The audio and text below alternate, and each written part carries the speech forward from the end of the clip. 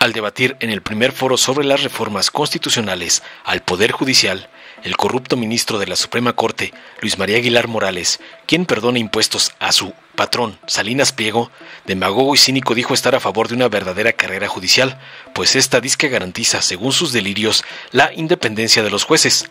Agregó que es una institución que se ha perfeccionado, evolucionado y es un derecho del pueblo, no un privilegio de los juzgadores. Por ello, se tiene que perfeccionar. No es una cuestión accidental, es sustancial que los jueces sean independientes para servir al pueblo, espetó Falaz.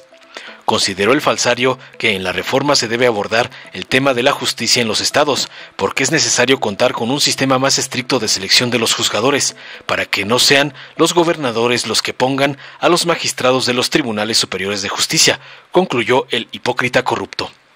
Tras oír las falacias y sandeces del cínico amigo de Salinas Pliego, Lenia Batres Guadarrama, la nueva ministra de la Suprema Corte, criticó duramente al Poder Judicial por estar desconectado de las verdaderas necesidades del pueblo durante su intervención.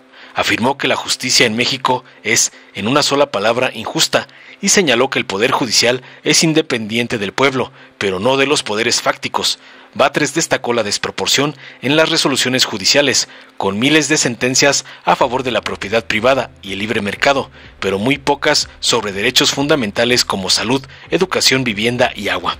Batres también propuso que, además de las reformas actuales, se incluyan elementos como la limitación de las resoluciones judiciales sobre la invalidación de leyes, mayor transparencia en los proyectos de sentencia y la eliminación de la manipulación en la asignación de casos a ministros.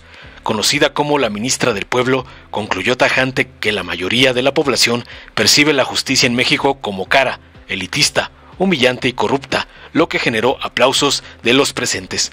Veamos enseguida cómo Lenia, la ministra del Pueblo, despedaza al corrupto ministro amiguito de Lampón Salinas Pliego y lacayo de Claudio X González. Vamos ahora para continuar con este ejercicio de deliberación en esta sede parlamentaria con la participación del ministro Luis María Aguilar Morales. Ministro, buenas noches, adelante con su mensaje.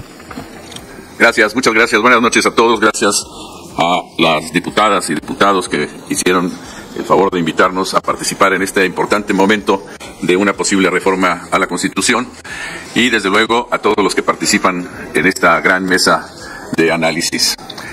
En realidad creo yo que estamos en esta primera etapa en la inauguración de estos foros, los cuales entiendo que se verán ya con detalle en las mesas de trabajo según los temas específicos.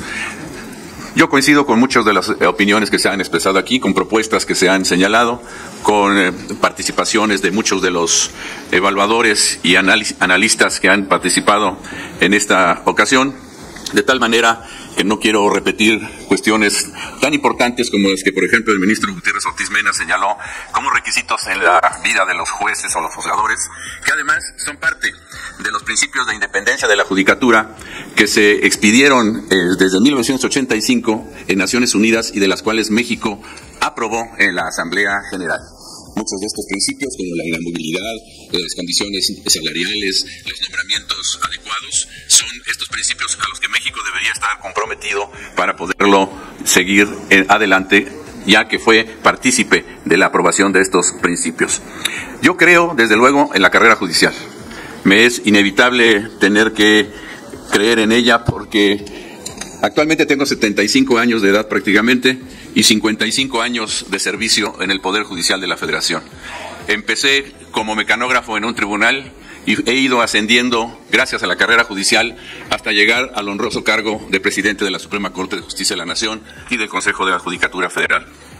Creo en la carrera judicial, creo que es una institución que ha servido y se ha ido perfeccionando. Durante todos estos años he visto cómo ha evolucionado y he visto cómo se ha perfeccionado y cómo a partir de exámenes, de preparación, de requisitos específicos para la elección de los juzgadores, se ha buscado siempre el mejoramiento para los juzgadores de nuestro país. Y no es la independencia judicial que se logra con la carrera judicial un privilegio de los juzgadores, es un derecho del pueblo de México tener jueces independientes que cumplan cabalmente con su tarea y con la independencia necesaria. No es una cuestión accidental, es una cuestión sustancial que los jueces sean independientes para servir al pueblo de México. El derecho a ser independiente no es de los jueces, es del pueblo de México que recibe el servicio de ellos. La Suprema Corte de Justicia de la Nación es el máximo órgano jurisdiccional en materia de justicia constitucional. Pero yo quiero insistir en algo que como que se diluye un poco. Ya el magistrado Guerra ha señalado algo de los tribunales de los estados, de los que les llamamos los tribunales locales, pero aquí se habla de una reforma al Poder Judicial, como si solo hubiera un solo bloque en el país de Poder Judicial. En realidad tenemos dos grandes bloques de justicia en el país y que están impartidos por dos grandes instituciones. El Poder Judicial de la Federación es de lo que más hemos hablado aquí y que creo que es uno de los que ha tenido mayor evolución y perfeccionamiento en todos sus niveles, como ahora lo dijo la consejera Lilia Mónica, en vigilancia, en disciplina, en sanciones, pero también en capacitación, la Escuela Judicial, el antiguo Instituto de la Judicatura Federal. Todo esto ha perfeccionado la justicia federal. Pero no descuidemos a la justicia de los estados. La justicia de los estados también requiere un sistema mucho más estricto de selección de los juzgadores, que no sean los gobernadores de cada estado los que impongan a los magistrados de los tribunales superiores de justicia, que haya una verdadera carrera judicial, porque insisto, para mí la carrera judicial es la que garantiza la independencia de los juzgadores.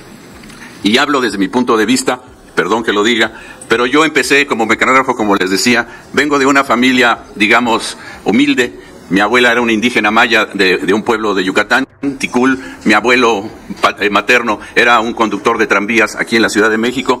Nunca hemos sido gente rica, ni mucho menos influyentes desde el punto de vista en nuestro país. Yo he ido avanzando gracias a la carrera judicial, a mi trabajo y a la disposición para ir haciendo de la justicia algo que me convence, que es parte ahora de mi propia vida personal. Y estoy convencido de que mi trabajo debe servir al pueblo de México todos los días, con independencia, con honestidad y con trabajo constante.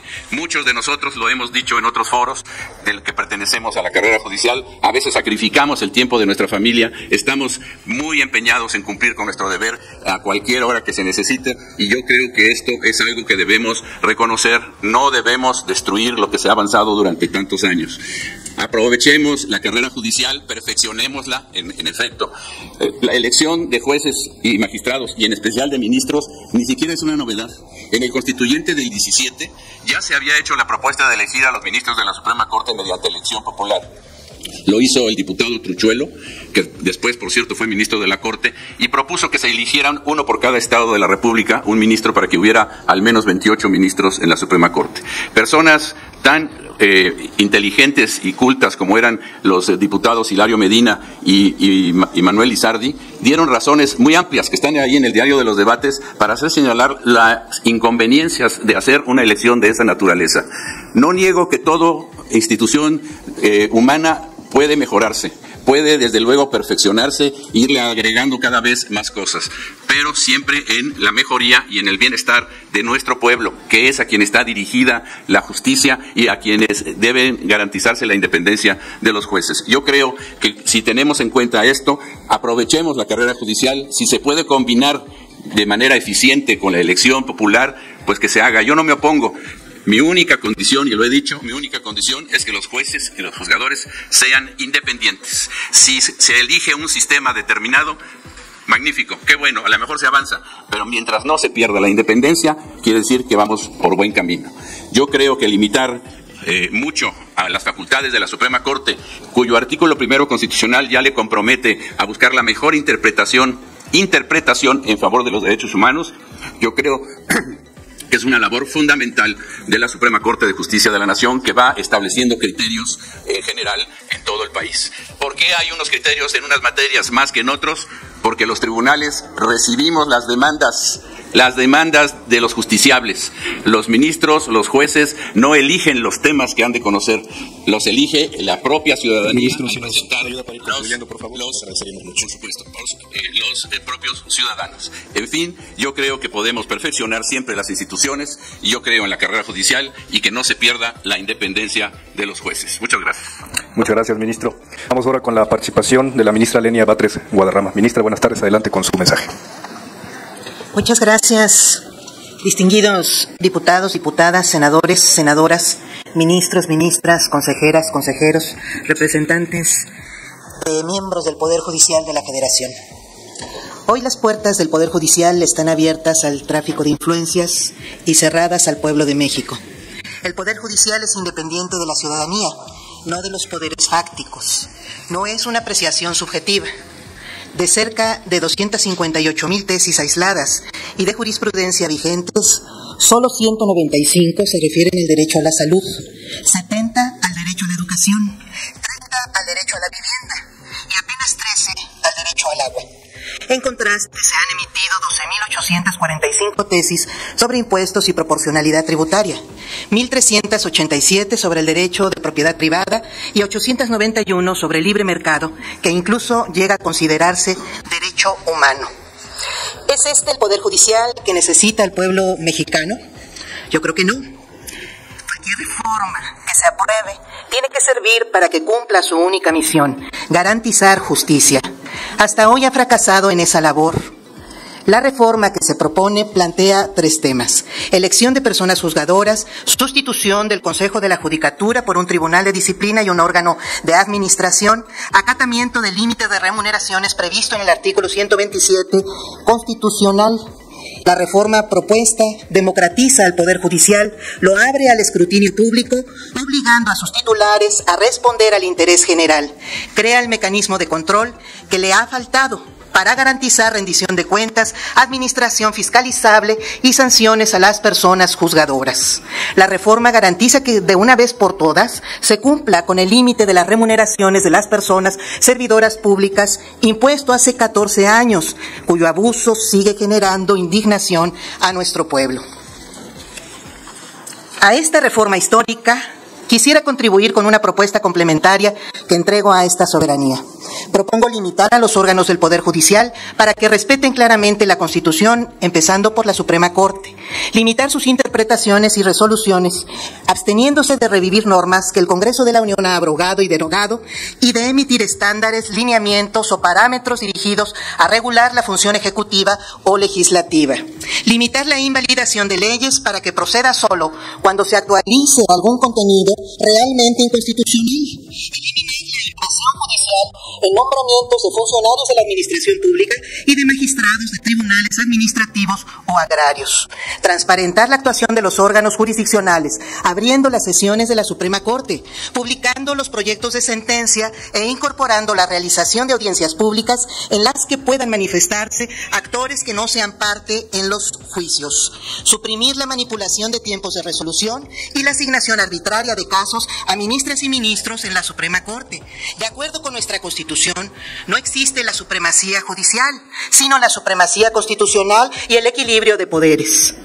Si bien el Poder Judicial debe abstenerse de invadir facultades de otros poderes, creo razonable que expanda sus propias facultades.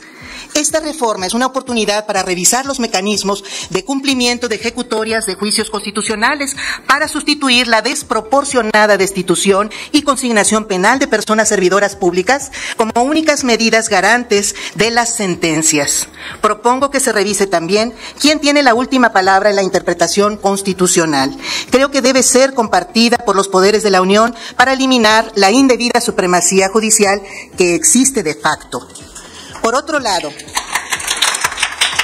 debemos generar mecanismos y criterios que faciliten la defensa de derechos sociales en las instancias jurisdiccionales. Si alguna atribución de la Corte debe ser amplia, eficaz y contundente, es la que se circunscribe a su propia naturaleza de instancia revisora. Propongo a esta soberanía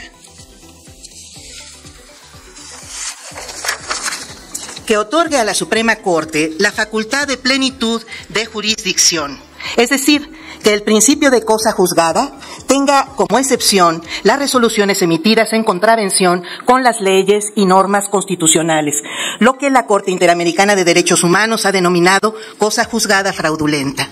Pero Permanentemente llegan casos a la Corte en los que se defrauda la justicia, la defensa, el procedimiento, la instancia y quedan en absoluta impunidad. Las principales víctimas de esta ausencia de garantías jurisdiccionales son las personas más humildes.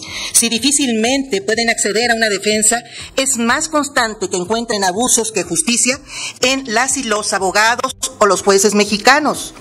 Para nuestra población, la justicia en México es cara, elitista, desgastante, humillante, lenta, inaccesible, inentendible, abusiva, misógina, racista, clasista, corrupta, parcial.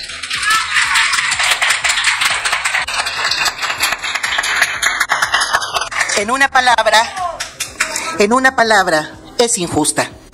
La sociedad mexicana demanda que las personas juzgadoras respondan a los intereses públicos y sociales, sean confiables, rindan cuentas y actúen con transparencia, honradez, racionalidad y decencia en el uso del gasto público, con sensibilidad y conciencia social, con solidaridad hacia el que sufre, con humildad y vocación de servicio.